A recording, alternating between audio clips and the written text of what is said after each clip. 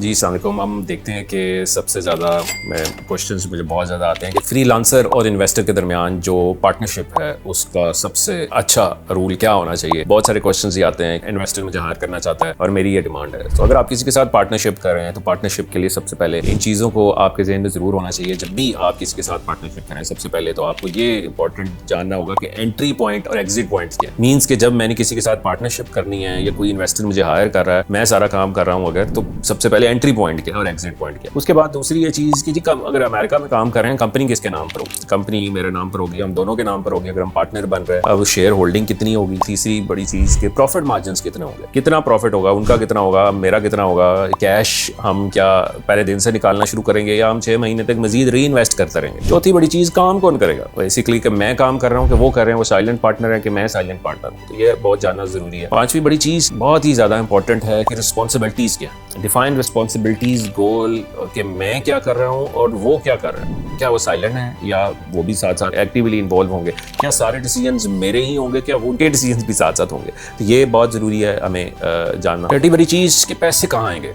ये बहुत इंपॉर्टेंट है कि who will receive the money. Means कि क्या कोई जॉइंट अकाउंट खुलेगा, क्या कोई currency exchange like Payeer account खुलेगा या बैंक अकाउंट खुलेगा। पैसे किसके नाम पर आएंगे, पैसे जब रिसीव होंगे तो उसकी एक्सेस किसके पास होगी। तो ये सारी चीजें भी बहुत जरूरी है उसके अंदर लिखना। सातवीं चीज कि रोड मैप क्या है पूरे बिजनेस का। मींस कि हमने साथ साथ स्केल करना है कि हमने सिर्फ इसी बिजनेस में लगे रहना है। नो, तो एक road map as a partner आपको बहुत जरूरी है जानना। प्रॉफिट शेयरिंग बड़ी इंपॉर्टेंट है कि जब प्रॉफिट शेयर हो रहा है तो क्या वो स्लैब्स की सूरत में होगा कि अगर मैं ही सारा काम कर रहा हूँ, अगर मैं सारे बिजनेस को एक सर्टेन लेवल पे ले आया हूँ, अगर $5,000 प्रॉफिट है, $10,000 प्रॉफिट है, तो जैसे जैसे प्रॉफिट इंक्रीज हो रहा है क्या मेरा शेयर भी इंक्रीज होगा क्योंकि मैं ही सारा काम कर रहा हूँ। आखिरी चीज की स्ट्रेटजी, एग्जिट स्ट्रेटजी क्या है कि अगर किसी वजह से लड़ाई हो जाती है या किसी वजह से कॉन्ट्रैक्ट खत्म हो रहा है या कोई भी, क्योंकि आपको हमेशा से ये अच्छे से स्टार्ट तो होता है लेकिन एंडिंग जो होती है वो बड़ी इंपॉर्टेंट है कि बड़ा क्लियरली लिखा होना चाहिए कि एग्जिट स्ट्रेटजी क्या है। आप जब एग्जिट हो रहे हैं तो उस वक्त ये सारा कुछ कौन ऑन करेगा, उस वक्त क्या बिजनेस की वैल्यू होगी तो क्या आपको कुछ मिलेगा, या उस वक्त जब बिजनेस से आप एग्जिट हो रहे हैं या वो एग्जिट हो रहे हैं तो क्या